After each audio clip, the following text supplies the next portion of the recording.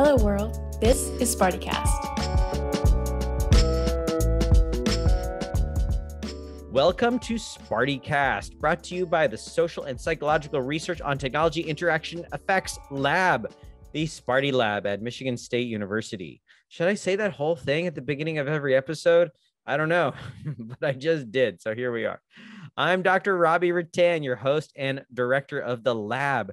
Episode 17, we are ticking up 17. That was a great age. Got my driver's license, got ready for college. 1917 was a big year in the world.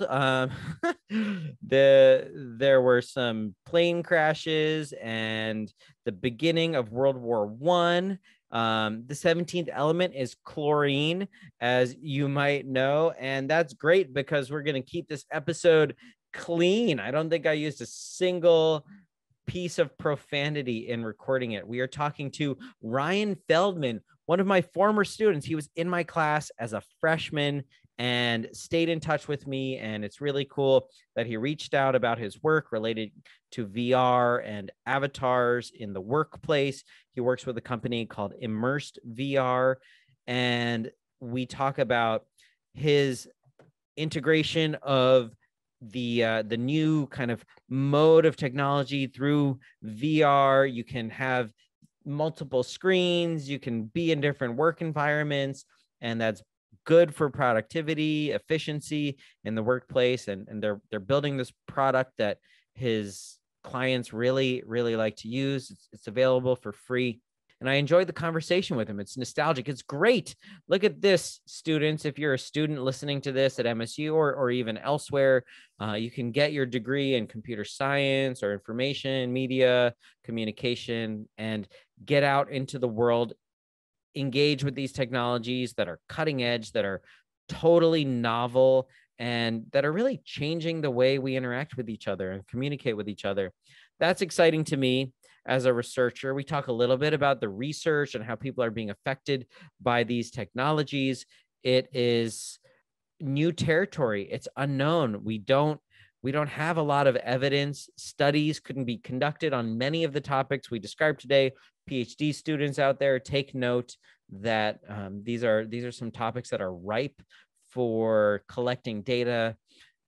Are people actually more productive in these environments? What elements of these environments are most appreciated? Are the avatar depictions influencing users in certain contexts or others? Of course, that's what I really love to think about in my research. So yeah, enjoy the conversation, and please feel free to send me notes. Connect with me on LinkedIn if you're listening to this episode and we don't know each other. That's how I'm getting a lot of engagement in these episodes. Send me your company who's working with VR or avatars.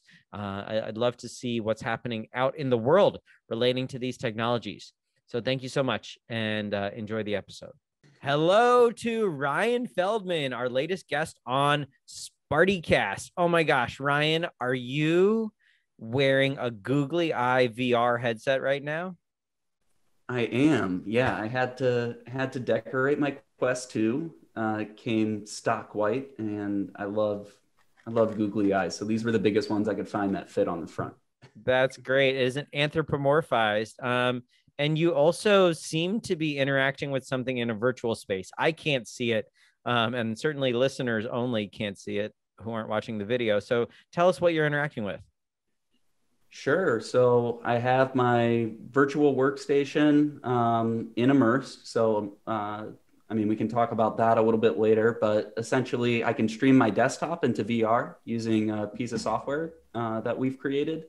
And it allows me to use one of my favorite features, which is our virtual webcam, to, hop on a Zoom call, but instead of it being me or looking awkward in the headset, I can actually show you my avatar in VR. So I was moving some things around so I don't punch the microphone. But I'm about to throw my avatar on so you can see that. So when you raise your hand and grab like that, that's you interacting with a menu option? But yeah, so we have articulated hand tracking within the app. So you don't necessarily have to use controllers if you don't want to. And what that allows me to do is interact with virtual menus and stuff just using my hands and fingers. And so I can poke this menu and all of the sensors are in the Quest 2. You don't have like a Leap Motion or anything peripheral connected in. That's correct. Yeah. So we're just using the stock hand tracking from Quest 2 and using that within our application. And there you are, or there your avatar is, Ryan. Right. Yeah. I can't see if my my mouth is animating. Actually, we should move this down so you can see me kind of at a more natural angle. It is. It's a tad bit laggy, but oh, there you go. You've moved the camera. So one thing that I think is pretty hard to control for is eye gaze. I've been told by my most loyal viewer that I should in my podcast recordings here always try to look at the camera and maintain eye contact. It's hard, of course, because you look at the screen, you look away to think deeply. But in an avatar, you would imagine there are algorithms that could fix that. But I don't see anything like that running here, and I don't think I see it in Animaze's avatar system either. But is that something you've thought about over at Immersed VR? Actually, yeah. So I like just this week got done with some development related to eye gaze and eye tracking with avatars. So currently what we're doing is we have essentially gaze targets. Yeah. And those gaze targets can be placed on any number of objects. So you could place them on another avatar, you could place them on your webcam. And rather than you having to look directly at it, as long as your avatar is kind of facing that direction, it'll try to make it'll kind of snap to it. Yeah, exactly. Before, like in this version of the app I'm running right now, it actually doesn't have that gaze tracking. But during our testing this week, it's crazy how just that very subtle addition makes the avatar feel so much more alive. It was kind of weird because when we implemented it, there was this whole system kind of driving this gaze feature. And then once we got it in, it kind of just seamlessly blended into the background where like you don't even realize avatars are doing it unless you're explicitly looking for it, because it just feels natural for human interaction. Yeah, that's great. And it really frees you up to not look right at the camera. I mean, the avatar I'm running right now through Animaze, which I made in Ready Player Me, is not tracking because I was using, I only had one webcam set up at the moment. So I was using the same webcam. It didn't grab the webcam. Animaze didn't grab the webcam because Zoom was using it previously. So now my avatar is just staring straight ahead, which I guess is better than staring off into space. But also it's not moving at all. It's unnatural. So I think there are little tweaks to improve this technology. We are jumping way into the weeds of this conversation, though. Let's take a step back and say, Ryan, it is such a pleasure to have you here. We know each other for a long time now, since 2017. I think you said you took my class. Yep. I wasn't even really supposed to be there. I was a computer science student looking for an elective to take. And I mean, it was a one-on-one class. So it just seemed understanding media, the media and information 101 class. You probably had 200 to 300 students in there with you. Yep. There were, I mean, it was a huge classroom. I remember like, I think it was day one, you just hopped into class or rolled into class on your skateboard. And that's how I keep your attention, right? I was like, yeah, like this is the place to be. I've never had a teacher do that. I'm 100% down. That's great. You might be the only one it works for. Others just pay attention because I might fall, which I sometimes do. Did I fall in front of you? I don't think you ever fell. Okay, there have been a couple times. But yeah, it's a big class, but you were a standout student. I do remember we spoke outside of class, and then you were part of the GEL lab, the Games for Entertainment and Learning lab at MSU, which I think was integral in kind of your development as someone who's doing VR now, right? Yeah. I did spend a little bit of time in the gel lab, but like just the game design and development specialization was, probably the most integral part of my education, moving into industry, especially the capstone side of it, where, you got to work with a AAA company and learn about, how the game industry actually operates. And towards the end of that specialization, I started to realize, there's more to games than, just having fun. There are serious use cases for games. And I was actually considering going through Michigan State's serious games master's course, but quickly found myself just like 100% in it, in the industry. And so never really had a chance to go back, but it's, my experience at MSU has definitely translated pretty well into, what I'm doing today. I'm going to switch back to my normal camera. Hi. All right. So your normal camera, but with your special googly eyes. Yeah, well, I have my little laptop screen right here, but in Immersed, in this software, I actually have like a movie theater size screen right here where I'm just kind of looking up and there's a giant Robby. Giant, might be the only giant Robby in the world ever to exist. I don't think I'm bound for billboards, but I am excited to be there in your face along with other virtual screens, right? That's one of the cool things of this technology. You can set up, I think, up to 5 screens at the same time. Yeah. So I'm able, just from my laptop, I'm able to emulate hardware, emulate screens, and without having to plug in headless displays or, a bunch of other workarounds, I can actually take my single laptop screen and expand it to up to 5 displays. So very cool. So what kind of user research have you guys done, right? Like thinking about this from a media psychology perspective, this has to be great for productivity, I imagine. It facilitates a different type of social interaction. So yeah, what are you guys seeing that you're allowed to talk about? Sure. So the biggest thing that we're noticing is so we've done a lot of, I would say, not necessarily our own research, but just like curation of research that's already been out there regarding what it takes to get into a deep state of work. And in the day and age that we live in, TikTok, Instagram, I mean like social media in general, people's attention spans have gone, down to seconds. And so what we're trying to do is create a tool that allows you to have a really positive, impactful, meaningful, productive solo work experience. And then once we nail that solo work experience, it's natural that it lends itself to collaboration as well.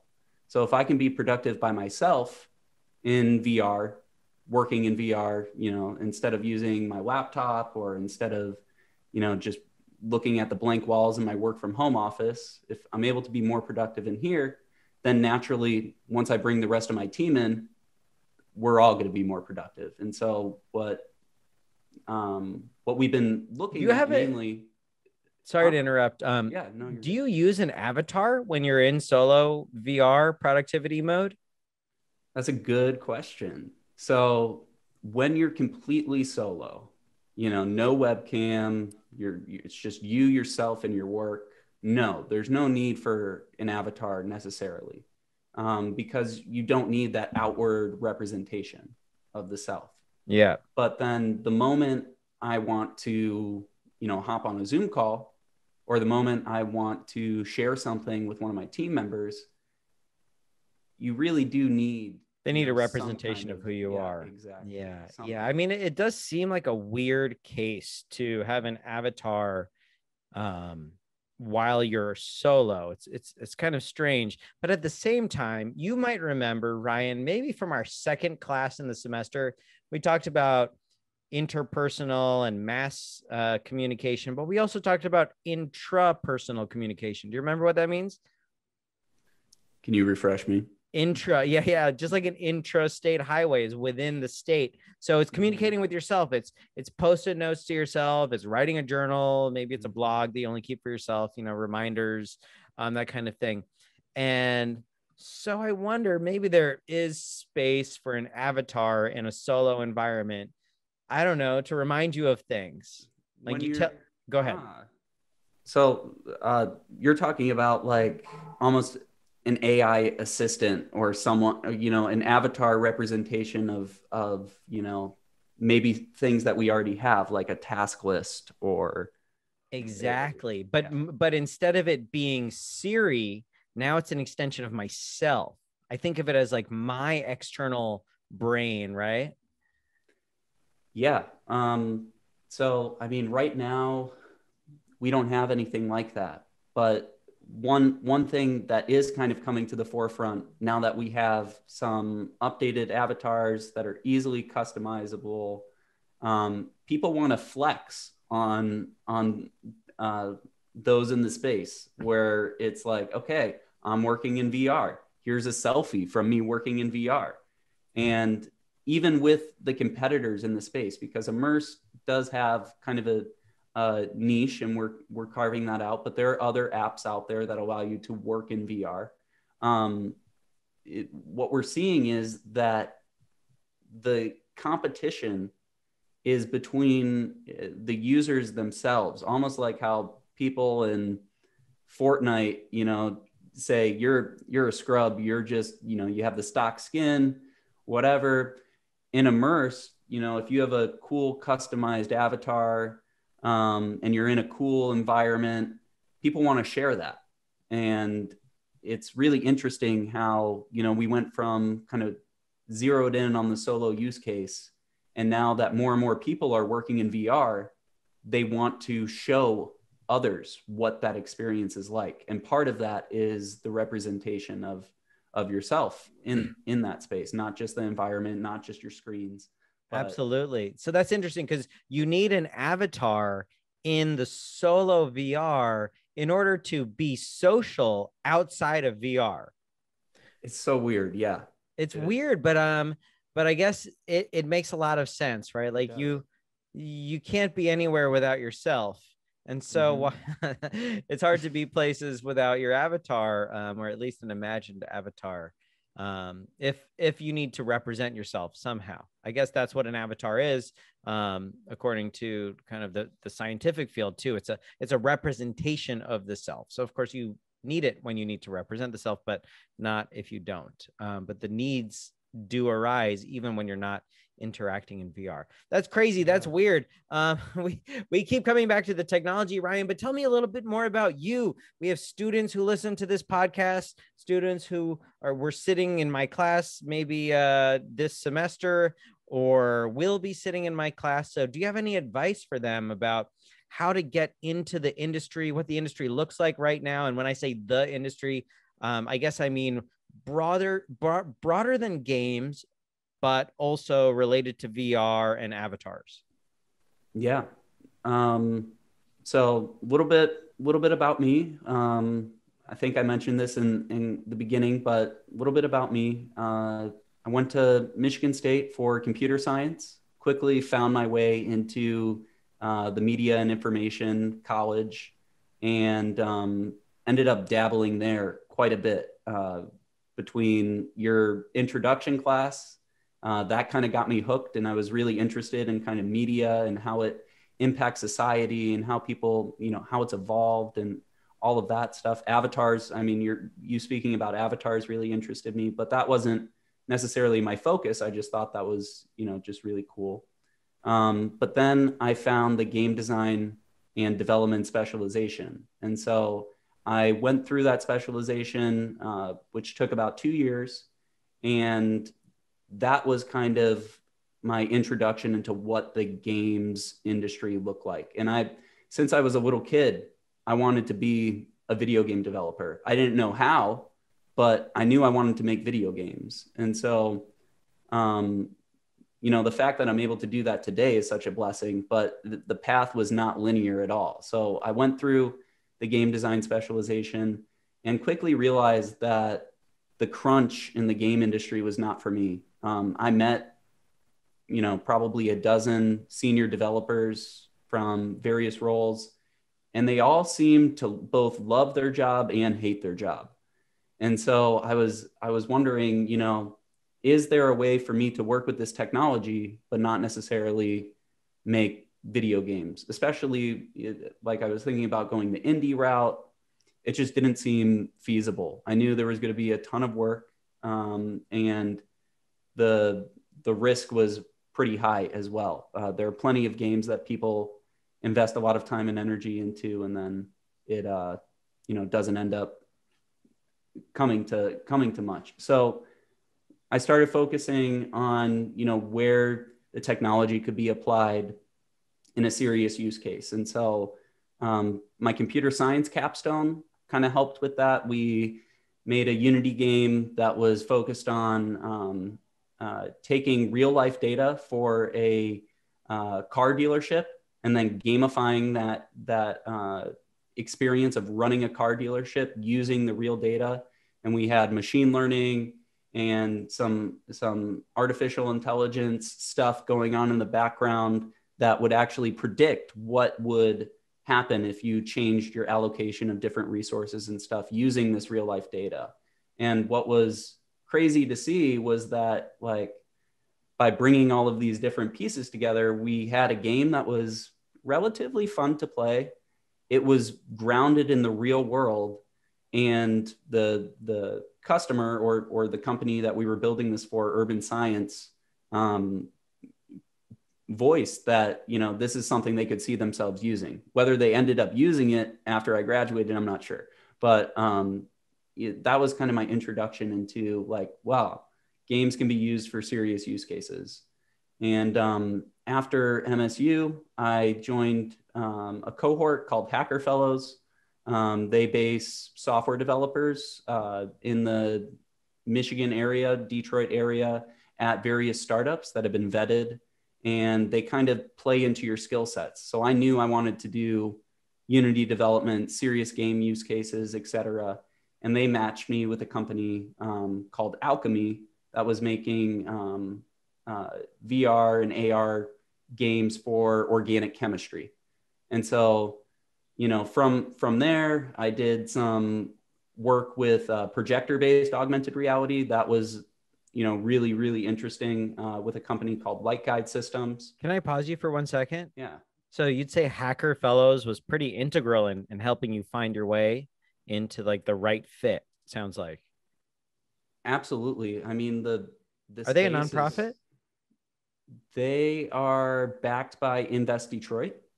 Okay. And so, yeah, Hacker Fellows, their program is still running. People can still apply.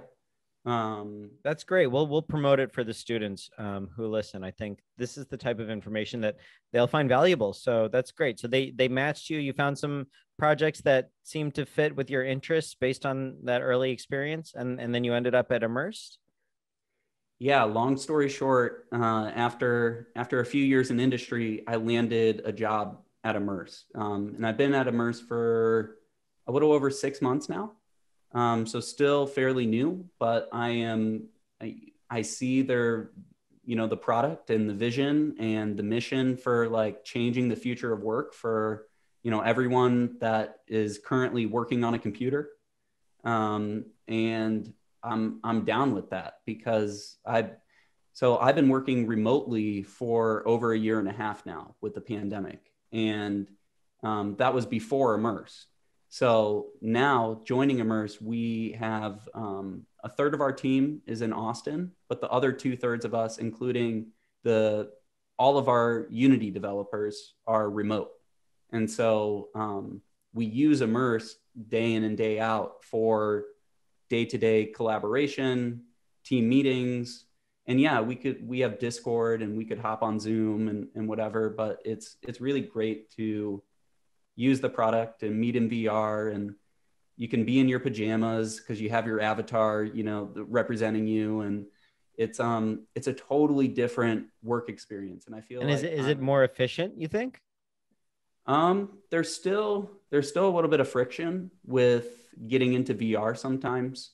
Like if people are on the road, it really only makes sense for us to meet in Discord or something like that. We do kind of recognize those pain points and that people can't always be in VR. So, part of our strategy is just creating tools that can teleport people who can't be in VR into VR. And we're also aware of some of the accessibility concerns. A lot of our users, when we introduce things like hand tracking, just immediately we're very vocal about how, this is great, but I have a back injury and I can't be lifting my hands, all the time. And so I need a way, all that functionality you guys just made for hands, that's great, but I need that also for controllers. And so we're getting better at kind of thinking with accessibility in mind as we're creating new features. But I feel like the industry as a whole really needs to catch up to that, where it's like,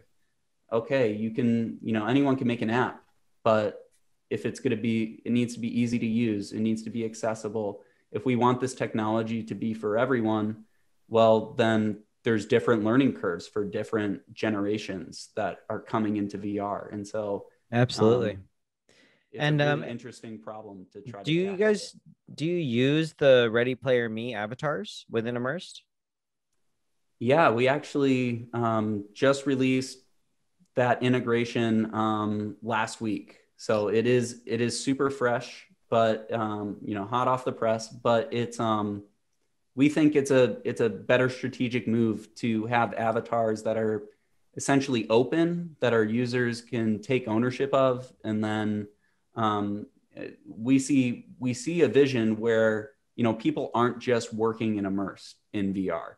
They're hopping into another app to go to like VR chat or something, to go to a virtual concert or to hang out with their friends. And so what we want is for users to be able to take ownership of that digital representation of the self. And then it also makes our jobs a little bit easier because now we don't have to build our own avatar creator or something like that. And when I first joined the company, I saw that was kind of in our backlog. And one of the things that stuck out to me, I thought about Sims 4 avatar creator. If we wanted something, because I love how you make your avatars in The Sims. I think it's great. So many options. So many options, and the flexibility, and it's real enough, but not hyper realistic that you don't get that uncanny valley effect. Yeah. I was thinking, well, what would it take for us to build Sims 4 avatar creator in VR? And I was like, that's a whole company. That's a behemoth. It's huge, right? We can't commit to doing that. And frankly, like, you're a computer scientist, so you're probably patient enough to mess around with sliders and checkboxes.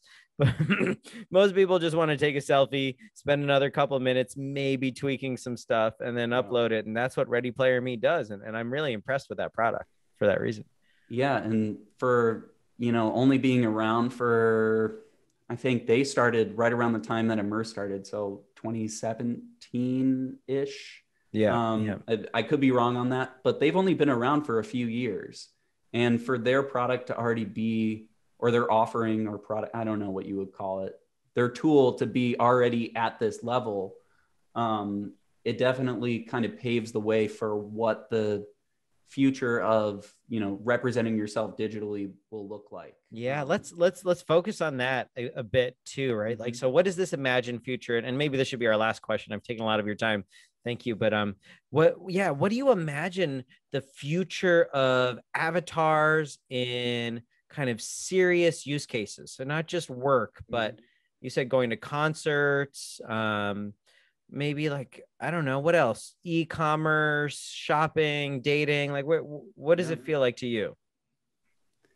Well, I'll speak from like the context of work because I think it's really interesting. We already have, in the real world, so many restrictions on how you can represent yourself at work. There's dress codes. You can't, at some places, you can't have tattoos or piercings, hair color, etc. Um, when we were introducing our avatars, we had to make a decision because Ready Player Me avatars had things like face tattoos and crazy masks and outfits. And we made a decision to limit those, not indefinitely, but we wanted to have our app have a certain vibe. And part of that was not having Tekashi 6ix9ine tattoos on everyone's faces. Got to be professional. Sure. Yeah, it's the workplace. But we recognized that in the future, that our biggest thing was the avatar creator wasn't scaffold enough. So anyone could kind of pick those options and people would just pick them to be funny. But I see a future where you have multiple representations of yourself, outfit changes, hair color change, whatever you want to make yourself more conform to whatever the setting is. So for work, I have my Immersed t-shirt on my avatar.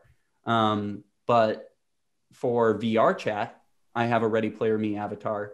And I have like a cool, like futuristic tunic and blue hair and so I like having the ability, I don't have to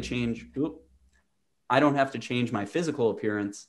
I can change my digital appearance and I identify the same way. Honestly, sure. I feel like it's easier for me to change my virtual hair color than it is for me to go out and, I could get sick of the blue in a day, but way easier. Yeah. And the thing is actually from research, we know that hair is one of the most important customizable features in avatars, probably because people can customize their hair more than most of the rest of their body, right? Your skin tone, your face shape, all that stuff takes serious work to change, whereas your hair is actually malleable in that regard. But even still, it's not as malleable as an avatar's hair or all the other features, right? Digitally, you can update those. So with work, you kind of have to, I don't know, some people might have different opinions, but for work, you really, I feel like people should be representing their authentic self. So I know that, in role playing and stuff like that, it's fun to kind of step into another body and identify with that avatar and, build a whole story around it. But for work, you're still you're just the digital version of you. And so it's but you're the digital version of professional you, presumably.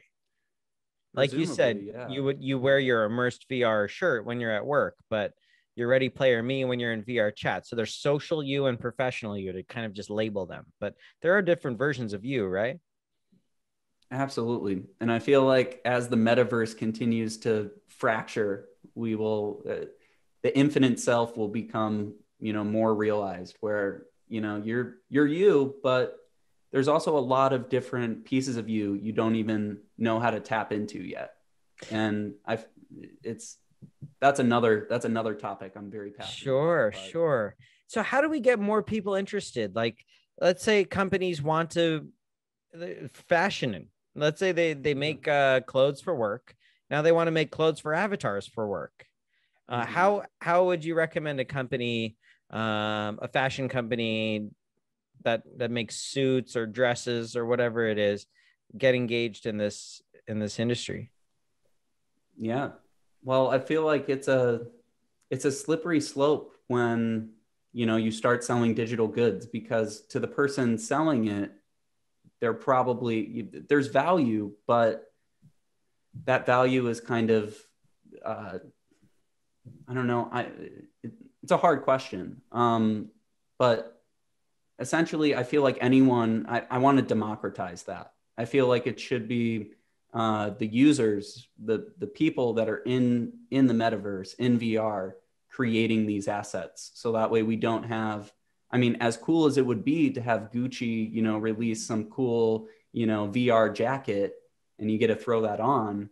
If I had to pay for that, I don't know how I feel about that, because I know that there are a lot of people out there that kind of have the same vision, where it's like, if we know how to make this technology and the integrations ubiquitous, it should be super easy to create, custom outfits. And so to answer your question about like how people should get into it, there are lots of tools out there now that is for specifically clothing, that are specialized for making optimized assets, cool cloth materials, taking just like a logo or texture and slapping it on a t-shirt. For example, the t-shirt that my avatar was wearing, that took the Wolf 3D Ready Player Me team like a couple hours to put together. And I'm pretty sure it actually took like 30 minutes, but you had to upload it and things like that. So I feel like, it could be as open source as we envision it. And it's pretty easy to start. For Ready Player Me, I feel like that's a really great entry point, because what you can do is actually choose an avatar or outfit that kind of fits your style, and then take those textures after you've downloaded it, because with Ready Player Me, you get to own that avatar. You can then take those textures and rework them in, your normal software, whether it be Photoshop. I'm pretty sure you can do texturing in Maya or ZBrush, or maybe Anime's editor also has a tool, I think. I haven't messed with Animes that much, but that seems like that's a really cool tool to me, because you just download the avatar, you have a webcam, you're good to go. I really do want to see this be open and created by users, because I feel like that's how we make a metaverse that's more accessible than the real world. And that's kind of, that's my mission. Is I don't want it to turn into this dystopic future where the rich are paying, $5 billion for a Gucci coat that there's only one VR asset made of. Sure. Or something. But maybe there's a way to help help the users monetize their labor. Yes. So fueled through some sort of advertising. I mean, it's media, right? So it's going to end up with some sort of advertising based subsidy. So maybe, I don't know, like Gucci isn't designing the products themselves, but they are paying to have Gucci logos made by users to be put on streamers' avatars as a form of advertising. That's an idea, right? I think it's so cool how people can make money now from just streaming. I mean, I don't see myself necessarily doing that, but just from an accessibility standpoint, if you have a PC and internet connection, like you can start streaming. And if you have a cool thing that you're streaming, or have the bandwidth to build that audience, it is a feasible way to monetize, to make money, to make a living. I don't know how the longevity is, because for example, like PewDiePie, he was, arguably one of the biggest YouTubers at one point, but now has kind of tapered off in some respects. And I see that across many other platforms where, your audience gets older, you lose some people. You got to sometimes start fresh, start a new series or something. So I could totally see, people making assets, really cool things, really cool digital assets and goods and environments and avatar, additions, and essentially like Patreon style, asking people to support them, and you get access to this content by supporting me. Yeah, like through NFTs or something. Yeah. And the NFT thing is also just such an integral part to all of this, because it's so easy for someone to steal your, it's so easy for someone to just take your work, and artists need a way to be able to secure that digital assets and stuff. So. That's super exciting, man. I would love to have some sort of hand in this mission, this vision of yours. So let's stay in touch on that. And I I love this podcast because it allows me to network with people like Timu from Wolf 3D, who makes Ready Player Me. Thanks for introducing me to Such a him. nice guy. Yeah, really. And a great vision there. And congrats, kudos, great job, Ryan. You are an example of how MSU students, especially in computer science and media and information, my department, can go off into the world and work on these very cool cutting edge technologies. And these aren't just like, you're not just a coder sitting in a cave.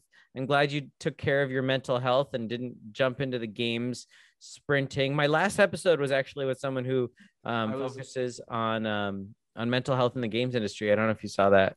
I was listening to it right before you called. So cool. interesting because I vibe with that. I was like, yeah, man, like it's not all it's cut out to be, but that's just a reflection on just how we approach work as a whole, as how humanity approaches work, especially like digital work. It's different when it's manual labor or something like that. I was in manufacturing for a long time too, so I understand that world. But the digital world, people are getting work to the bone across the board. It's not just the games industry, but a lot of that is it's like hurry up and wait.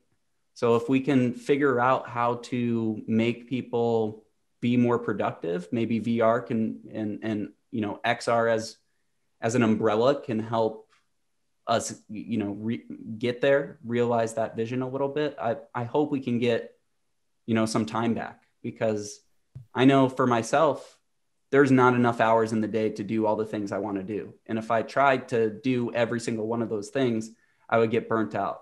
And I feel like there are companies who are trying to do maybe a little too much at once, or telling their employees to just figure it out. And I don't know, I'm going to go off on tangents, but it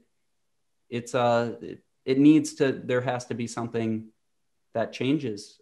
So that I'm with you. I'm totally with you. I don't think it's a tangent. I think it's super relevant, right? You're in the workspace and you're improving efficiency, but you should, part of that, of course, consider mental health, well-being, the longevity of your employees in the workplace. And a connection here is a recent study we conducted, which is still under review, but similar findings as other research, in which we looked at Zoom fatigue. Have you heard of that term? Virtual meeting fatigue.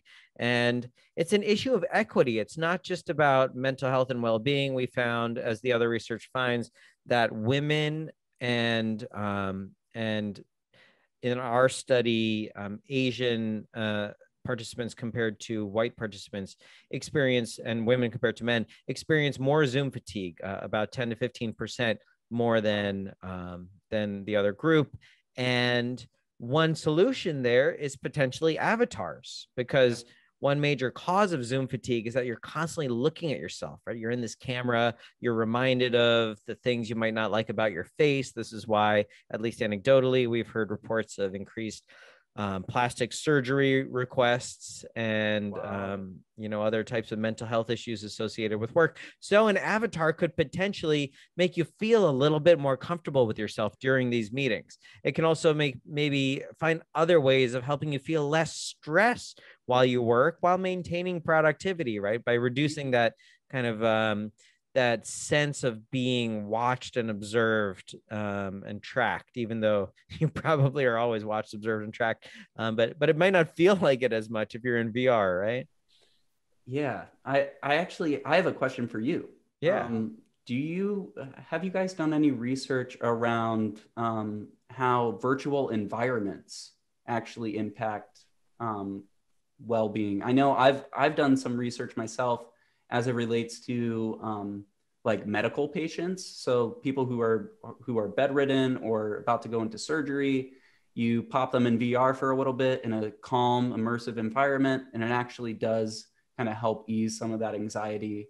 Or for someone who's been locked in a room in their hospital bed, being able to put on a headset and teleport to some beautiful place. It actually, it'll put a smile on their face. And so I'm curious, because we're investing a lot of resources at Immersed into our virtual environments. It's one of our most asked for features.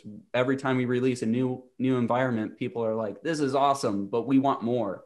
And I'm like, well, it's never going to be good enough. What do you guys want? So I'm just curious. And the development costs are high, right? You've got 3D objects to render, and you've got to place them and make sure everything is navigable and makes sense, like making a game, right? My understanding of this research makes a lot of sense, or connects to what you just described in ways that make a lot of sense. So I've seen research on pain management. If you're, going through some sort of surgery and you're in VR and it's something that makes your arm feel hot, but you're in a cold, snowy world, that reduces the discomfort. Similar types of like virtual environments that target specifically what's happening in your that's detrimental to your well-being. And so exactly the example you said about being transported elsewhere if you're stuck in your hospital room, I would say maybe a general principle here is that the virtual environment should be designed to respond to the threat to well-being, right? The physical world threat. So in the workplace, what is that? Well, like working from home, we've had a lot of users who, this is fascinating to me because I've never experienced this working on a product before. People went out and bought Quest 2s to use Immerse to escape their work from home office. And it's still mind-boggling to me, because I bought a Quest 2 because I wanted some new hardware and to play games and stuff. And then, everything came after. But people our users are voicing, I bought this headset for this app. Yes, this app has a ways to go, but it's way better than, just working in my bedroom or something. And so spice of life right there. Variety is great. And so, I mean, maybe it's not which environment, it's which set of environments, or how frequently do we need a new environment, right? Like people might get tired with one. Other things that I think are threatening, at least in the at-home workplace, are isolation socially, right? Sometimes we want to work around other people, but not be too distracted by them. Of course, that's not for everyone, but sitting in a cafe, do you have any environments where you're in a low level of white noise? Yeah, we have, one of our most popular public environments is an international coffee shop. So we have this coffee shop that, users are hanging out in and doing work. So our app is free. Anyone can download it and try it. If you have a Quest 2, or Vive Focus 3, you can try it out for free. But we have public environments that are accessible to our free users. In order to make your own environments and invite people to them privately, you have to pay, you have to subscribe, so that way, well, what's the cost, just so people can get an expectation here? I think it's $14.99 a month, and it is targeted at people who are, you're working from home, you want to work in VR. We've had plenty of people who have signed up for a subscription and then realized, hey, the public room is enough for me. Like, I just want to hop into some environments, and I'll mute everyone that's there, but it's cool to see some avatars and have some music in the background. And So, well, maybe you can find a discount code and we can help you promote it through the podcast. That might be a good partnership here. Ryan, I've taken a lot of your time. You have a newborn at home, and I feel partially responsible for leading you on that track, because you met your wife in my class, right? Yeah. If it wasn't for you, Robby, I don't know where I'd be. Yes, I'll pat myself on the back for that one. Yeah. Totally premeditated, of course. I owe you one. Well, I guess maybe now we're even. We might be even. Yeah. As I told you before, though, I do love seeing successful love stories in my students. I'm officiating a wedding at the end of the month here for a couple students who I put into a research group together years and years ago. So it happens, but more than just romantic love, I love this topic of media technologies, VR, avatars, productivity, the future of the workplace and well-being. Ryan, you are doing it. You're on the cutting edge. You're in the front lines, making moves. Thank you for sharing your experience with us today. Absolutely. Thanks so much for having me. And yeah, I'd love to come back sometime. Rock on. Can we see your face for a minute too? I mean, the googly eyes are great, but there he is. Hopefully I don't have do I have the mark? No, you look like Ryan. Awesome. Thank you much. And let's be in touch. Please excuse the brief interruption. I would like to bring you a message from our sponsor, me. I am Robby Ratan, and I endorse this podcast, of course, because it's mine, but I hope you like it as well. And I encourage you to connect me with your company, your VR related workplace company, like we're talking about today, or maybe it's an avatar design company, or maybe it's a virtual goods NFT company. Connect with me. Let me know how avatars play a role in your company, and maybe we can get you on a future episode, get you to sponsor an episode, or I can just help you think about how your company is engaging with this technology, avatars, VR, games, etc. Looking forward to hearing from you. Thanks so much. If you like what you heard, please like, follow, download, subscribe, and tell all the peoples who might be interested. Our producers are George McNeil and Taylor Halterman. Thank you for listening to SPARTIEcast. I hope to see you next time, where we will be discussing the experience of avatars and self-expression using an academic perspective with Dr. Casey O'Donnell. And we're going to be thinking about game developers. So we're bouncing between avatars and the workplace and game development and well-being. I hope you are finding these episodes interesting, and I look forward to connecting with you on LinkedIn or elsewhere.